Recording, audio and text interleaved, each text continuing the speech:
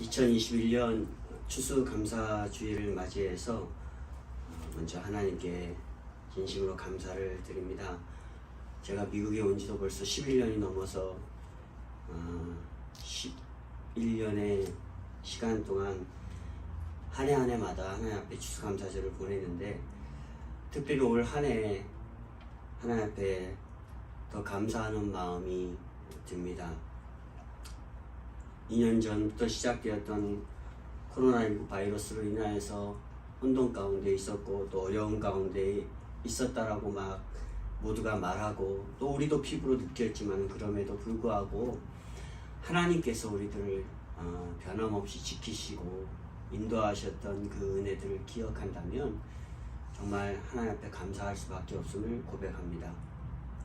때문에 오늘 드리는 이 추수감사 이 예배가 우리에게 있어서 더 하나님을 향한 신앙과 또 하나님을 늘 경배하고 또 하나님께 맡겨진 사명을 잘 감당하기를 더 한번 다짐하는 그런 시간이 아닌가 생각해 봅니다.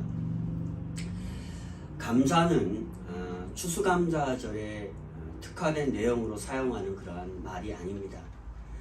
그런데 교회들이 추수감사절의 유래들을 통해서 성도들에게 추수감사의 감사를 유도하지 않나 그렇게 한번 생각해 보았습니다.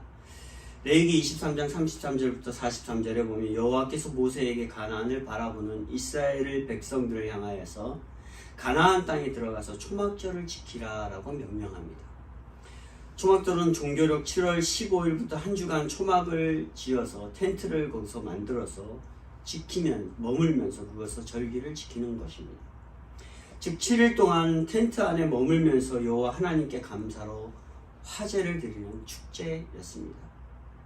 이 축제의 목적은 두 가지가 있습니다. 첫째, 출애굽하여 광야 40년 동안 여호와께서 베푸신 구원의 은혜를 기억하는 것이고, 또 둘째로 축복의 땅 가나안에서 임마누엘 하나님으로 인하여서 풍성한 수확을 허락하신 것에 대하여서 첫 소산을 드리는 그런 감사의 축제였습니다. 때문에 모세는 이스라엘 백성들에게 신명기 16장 15절과 17절 내 하나님 여호와께서 택하신 곳에서 너는 이래 동안 내 하나님 여호와 앞에서 절기를 지키고 내 하나님 여호와께서 내 모든 소출과 내 손으로 행한 모든 일에 복 주실 것이니 너는 온전히 즐거워할지니라. 각 사람이 내 하나님 여호와께서 주신 복을 따라 그 힘대로 들을지니라 라고 말씀하였습니다. 그래서 많은 사람들은 추수감사절의 한 해를 돌아보며 주신 소출에 대해 풍성하고 특별하게 감사하는 것으로 인식하고 있습니다. 감사는 당연히 물질을 통해 표현하는 것이기 때문입니다. 물질이 없는 감사는 사실 진정한 감사가 아닙니다. 그러나 성경을 통해 꼭 알아야 할 것은 추수감사절에만 그 힘대로 풍성하게 감사하는 것이 아니라는 사실입니다. 오늘 성경은 범사에 감사하라 라고 하였기 때문입니다. 추수감사절에만 감사할 것을 짜내는 그런 감사가 아니라 우리의 삶에서 겪는 모든 일에 감사하라 라는 것입니다. 기쁜 일, 좋은 일, 슬픈 일, 아픔을 경험하고 모진 일을 당해도 매일 감사하라는 것인데, 과연 우리는 성경이 요구한 대로 실천해 보았는지 생각해 보게 됩니다. 특히 지난 2년 코로나19 바이러스로 인해 슬픔과 고통을 당하는 일들이 많지 않았습니까?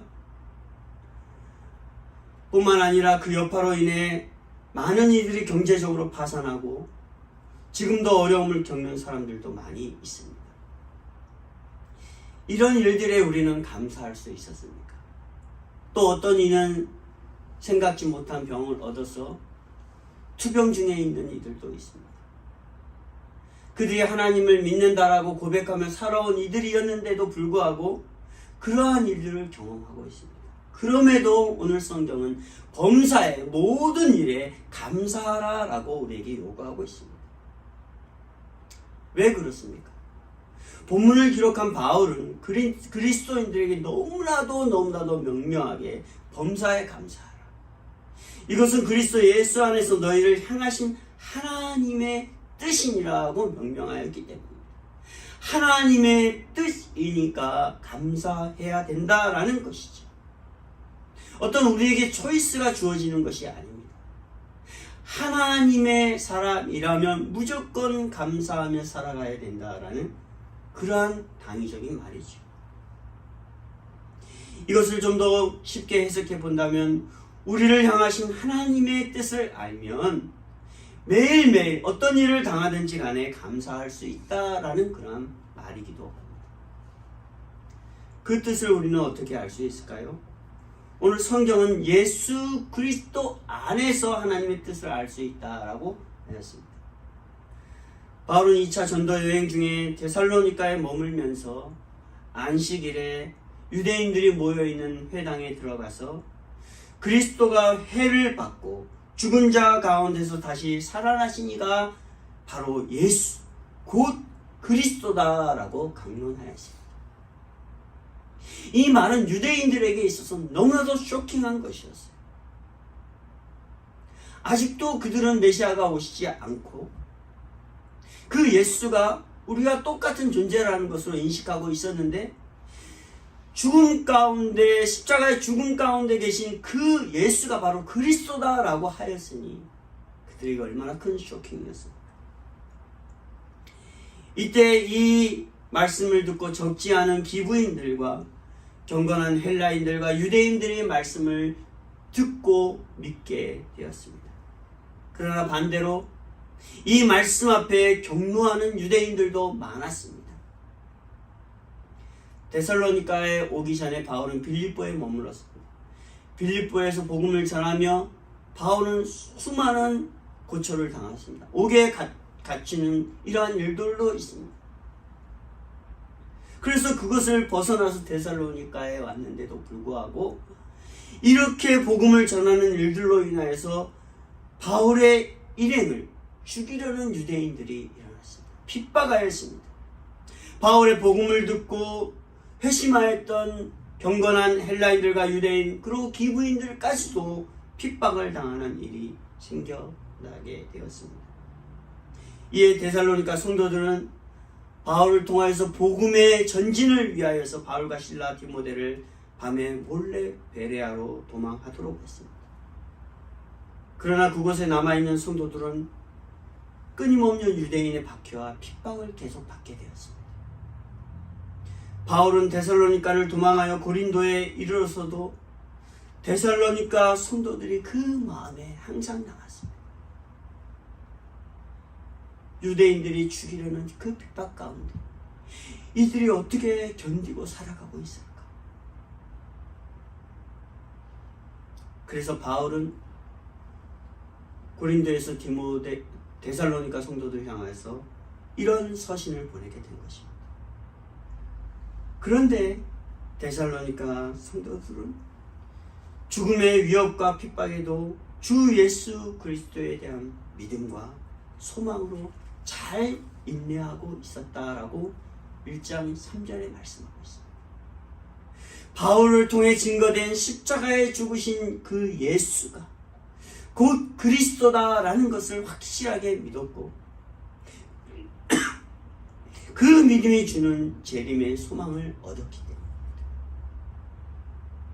왜냐하면 유대인들이 예수가 그리스도 되심을 거부하고 유대인들이 자랑하였던 그 율법과 할례를 통해서 하나님의 백성으로 사는 것이 불완전하다는 것을 그들은 알았습니다. 또한 죄인을 구원하지 못한다는 것을 그들은 깨달았습니다. 오직 예수 그리스도만이 죄인을 구원하시고 그분만이 하늘의 소망을 주실 것임을 그들이 깨달았다는 것이에요. 그래서 그들을 핍박하는 그 유대인의 핍박 가운데에도 그들은 견디고 인내할 수 있었다라는 것이죠. 다시 말해서 어떠한 환난 가운데에서도 그들은 예수 그리스도 안에서 늘 승리하며 하나님 앞에 감사로 살아갈 수 있었다라는 것입니다.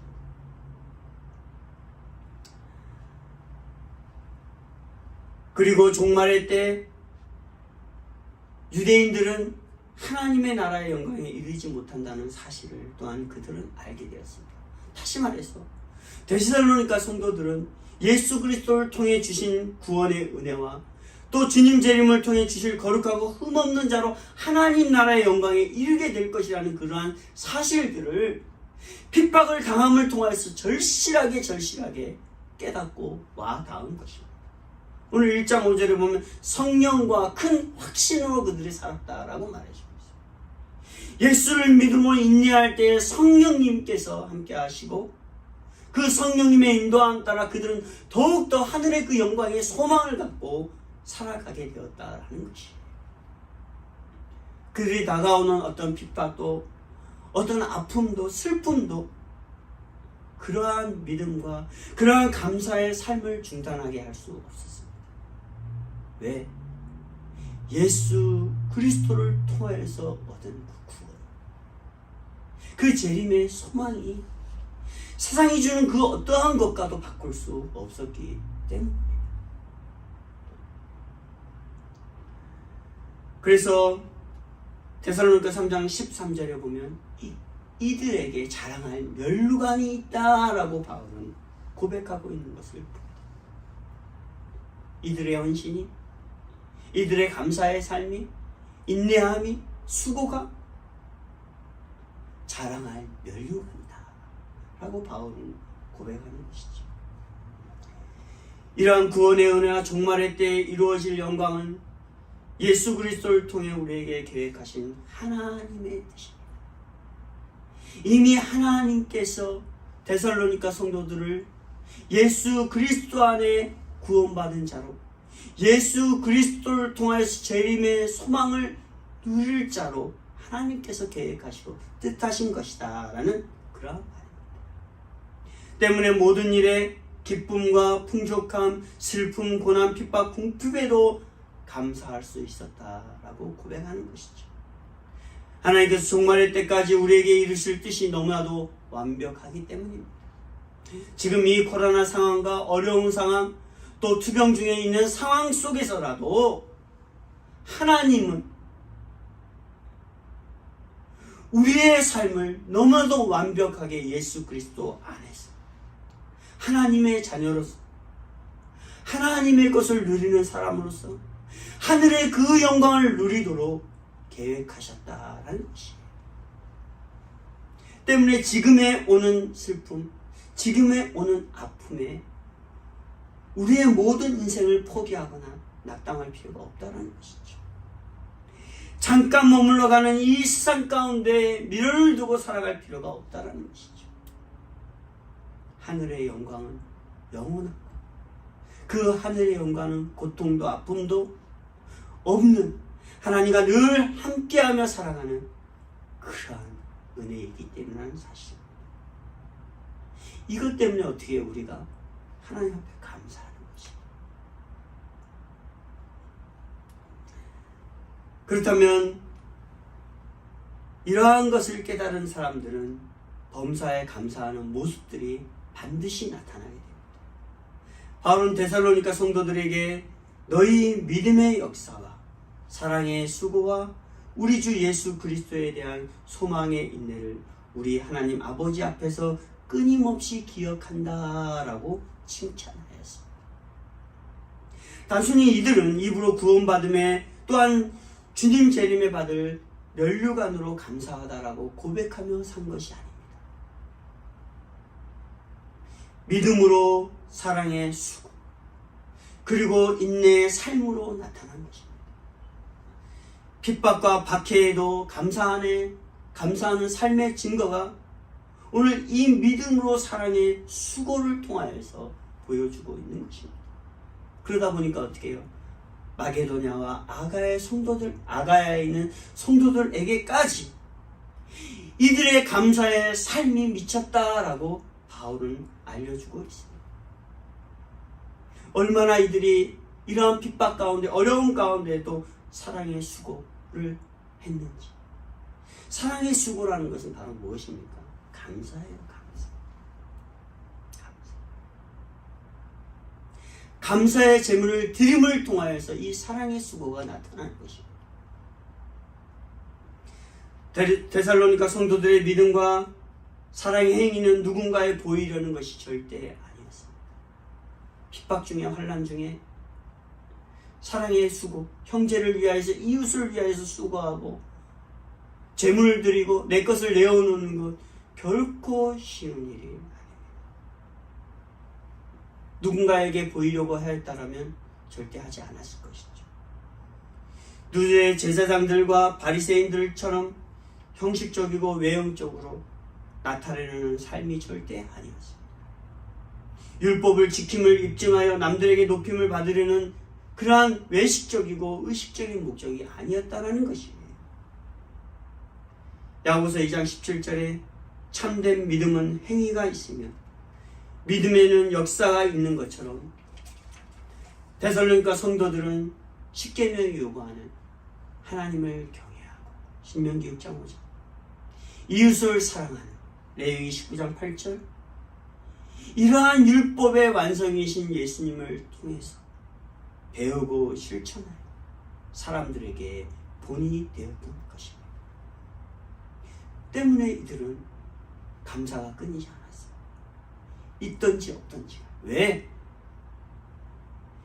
이러한 수고를 통하여서 날 구원하신 예수 또 예수님을 통하여서 우리에게 보장하신 하늘의 영광을 보장하신 그 하나님을 경외해야 하기 때문에 또 하나님께서 우리를 통하여서 계획하신 이웃사랑을 실천해야 되기 때문에 더 나아가 하나님께서 우리들을 통하여서 계획하신 구원사역을 이루어야 되기 때문에 그들은 끊임없이 하나님 앞에 감사함으로 나아가게 되는 것입니다. 다시 말해서 감사는 내가 잘되고 내가 잘해서 하나님 주셨으니까 감사하여 드리는 것이 아니라 하나님이 우리의 삶의 전체를 통하여서 계획하시는 것 그래서 하나님의 것을 우리가 받아 누리는 것이기에 하나님 정말 감사합니다. 내가 그러니 하나님만을 경배하고 하나님만을 경외하며 살아갈 것입니다 라고 어떻게 해요? 하나님 앞에 구별하여 드리는 것이에요. 다시 내어놓는 것이에요. 다시 말해서 감사는 우리의 신앙을 하나님 앞에 드러내는 것이에요. 때문에 하나님 앞에 감사하는 것이 결코 쉬운 일이 아닙니다. 진정한 감사를 드리는 것이 어떻게 보면 11조하는 이러한 삶과도 일맥상통하는 그러한 내용이기도 합니다. 하나님 앞에 예물을 드리는 것 하나님의 것을 받았기에 하나님께서 주실 것을 알기에 내가 구별하여 드리는 것이 창세기에 가면 야곱도 그렇게 약속하잖아요. 하나님께서 내게 복을 주시면 내가 10분의 1을 하나님께 드리겠습니다. 왜? 하나님께서 주신 은혜니까.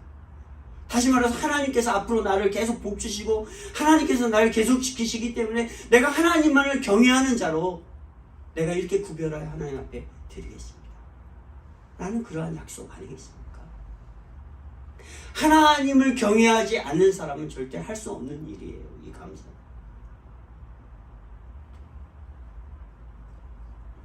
그래서 바울은 이런 데살로니가 성도들 향해서 4장 3절과 12절에 거룩하고 존귀하다라고 하였어요. 정말 이들은 하나님을 경외하는 사람으로 거룩하고 이웃을 사랑하는 사람으로 하나님의 사람으로서 존귀하구나. 헬라 문화가 추구하는 자신을 숭배하는 여신의 우상들을 쫓았던 음란을 버리고 그 당시 헬라 문화는요 데살로니가 지역과 빌립보 지역은 상업도시였는데 자신을 숭배하는 우상신이 너무나도 많았습니다. 특히 여신을 숭배하는 이러한 일들 이 말은 바로 무엇입니까? 음란이 성행했다는 것이에요. 그러한 것이 사회 전반에 다 퍼지고 있었던 것이죠. 그러나 그것을 버리고 이 성경에 보면 또 아내만을 사랑하기 세욕을 버렸다라고 말하죠. 이거는 뭐예요? 남녀간이 성적으로 느끼는 어떤 성욕을 절제하고 오직 형제와 이웃 사랑하는 그러한 감사가 실천되었음을 말하고 있는 것입니다. 또한 이들은 그리스도인으로 존경받을 만한 질서와 규례를 잘 지키는 단정함으로 살았다라고 데살로니가전서 4장 12절에 말씀하고 있습니다. 어려운데, 힘든데, 핍박을 받음에도 불구하고 이들은 그리스도 안에 이르신 하나님의 뜻을 알았기, 날 구원하신 것,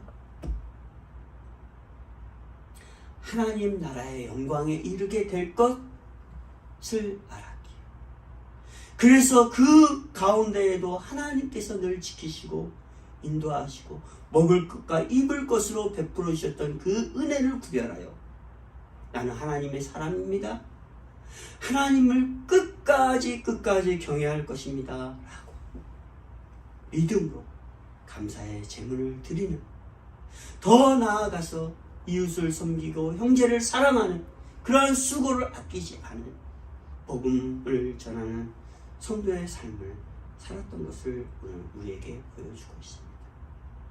이것은 무엇입니까? 그들에게 늘 감사가 있었기 때문에, 감사의 행위가 늘 나타났기 때문에 모든 일에 어떠한 환경과 그것에 치우치지 아니하고 하나님만을 바라볼 때 주어졌던 그 감사가 그들에게 나타났던 것입니다. 이와 같은 모습은 예수 그리스도 안에 나타나고 증거된 것으로 성령님이 오셨고 인도하심을 따라 나타나게 되었습니다. 그렇기 때문에 성도들은 당연히 매일 모든 일에 감사하는 것이 정말로 당연했던 것입니다. 정리해 보겠습니다. 저는 이 미국에서 11년 동안의 삶을 통하여서 사실 와서 몇 해 동안은 어떻게 살았니 바둥바둥거리고 살았던 것 같습니다.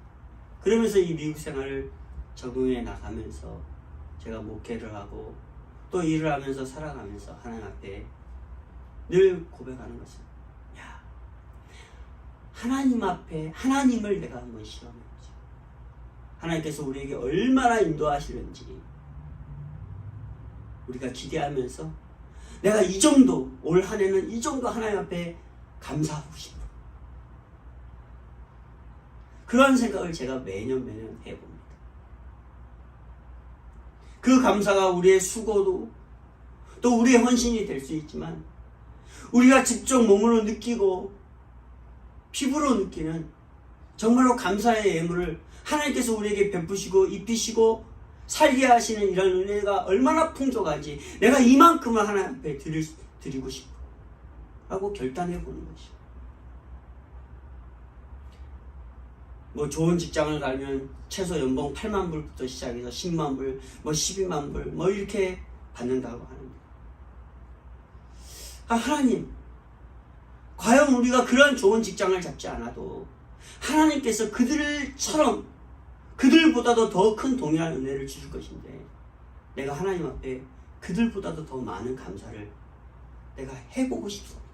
하나님이 시험하는 것이죠. 한 해 한 해 그렇게 저는 생각해요. 그래서 이 일을 하면서도 살아가면서, 야, 내가 이번 한 달은 또 이번 추수감사절은 내가 이렇게 하나님한테 한번 감사해보고 싶은데 하나님 주실 것이죠. 내가 이렇게 하나님을 경외함을 통하여서 우리가 또 선교사를 돕고 이웃과 형제를 살피고 또 복음을 전하는 일에 사용할 것인데 하나님 하실 것이죠. 이러한 챌린지가 하나님 앞에 생긴다는 것이, 왜? 감사하다 보니까. 감사하다. 그래서 저도 뭐 의사들이 연봉 10만 불 이상 20만 불을 받는다고 하는데, 저도 그만큼의 1년에 하나님 앞에 헌금을 드릴 수 있는, 감사할 수 있는 그런 능력을 한번 부어줘 보세요. 어떻게 보면 얼토당토 않은 일일 수도 있지만 하나님께서는 그렇게 하신다는 것이. 왜? 내가 하나님을 경외하고 이웃을 사랑하고 하나님의 복음을 실천하기 위한 그 열정이 우리에게 있기 때문에 하나님께서는 그렇게 하신다라는 것이. 누구에게 하셨던 것처럼 데살로니가 성도들에게 하셨던 것처럼 그렇게 하신다라는 것이. 감사는 하나님께 받은 은혜를 제물로 드리는 것입니다.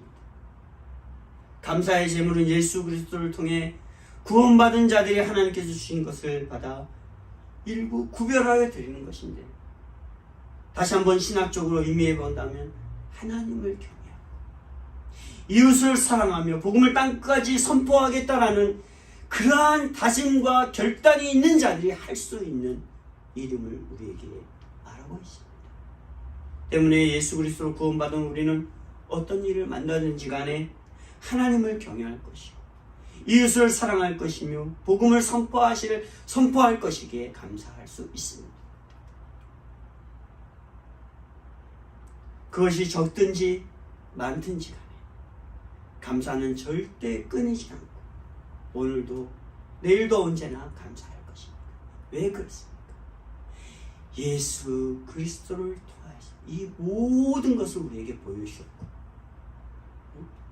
예수 그리스도를 믿는 믿음 안에서 우리도 그것을 계승받아 살아가고 있기 때문이라는 사실이에요. 그러므로 바울은 5장 6절에 정신을 차리고 술 취하지 않고 절제와 성결의 삶을 통해 깨어 있어야 하고, 그러면 믿음과 사랑 그리고 구원의 소망을 건축자들이 벽을 쌓기 위해서 한 장 한 장 벽돌을 올려두지 우리도 그렇게 감사를 쌓아나가는 그러한 삶을 살아가게 될 것이다 라고 말씀하셨습니다. 사랑하는 성도 여러분, 감사는 범사에 하는 것이 진정한 그리스도의 감사입니다. 때를 얻든지 못 얻든지, 우리가 궁핍하든지 즐거움에 있든지 부하든지 가난하든지 간에 예수 그리스도 안에 받은 구원의 은혜, 그를 통하여서 어느 하늘의 소망을 우리가 품고 있다라면 우리는 감사라는 이런 수단을 통하여서 하나님을 경외하며 또 이웃 사랑하며 복음을 땅끝까지 선포할 것임을 다짐하고 하나님 앞에 드리게 되어진다는 사실들을 믿고 이 일들을 위해서 이제 우리는 어떻게 해야 합니까? 오늘 바울이 말하는 것처럼 정신을 차려야 합니다. 술 취하지 않아요. 절제 가운데 살아야 합니다. 다시 말해서 이 말은 뭡니까? 세상 사람들이 세상의 도취에서 살아가는 것대로 살아가지 말라는 것이에요. 조금 더 아끼고 분별하여서 살아가라는 것이.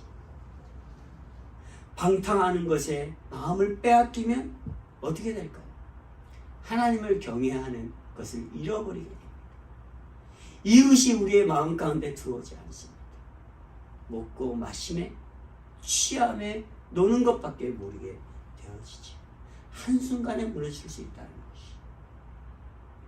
이러한 삶을 우리가 알고 절제함으로 하나님 앞에 받은 은혜들을 늘 범사에 감사하며 살아드릴 수 있는 우리 성도들이 되시기를 주님의 이름으로 부탁을 드리겠습니다. 기도하시겠습니다.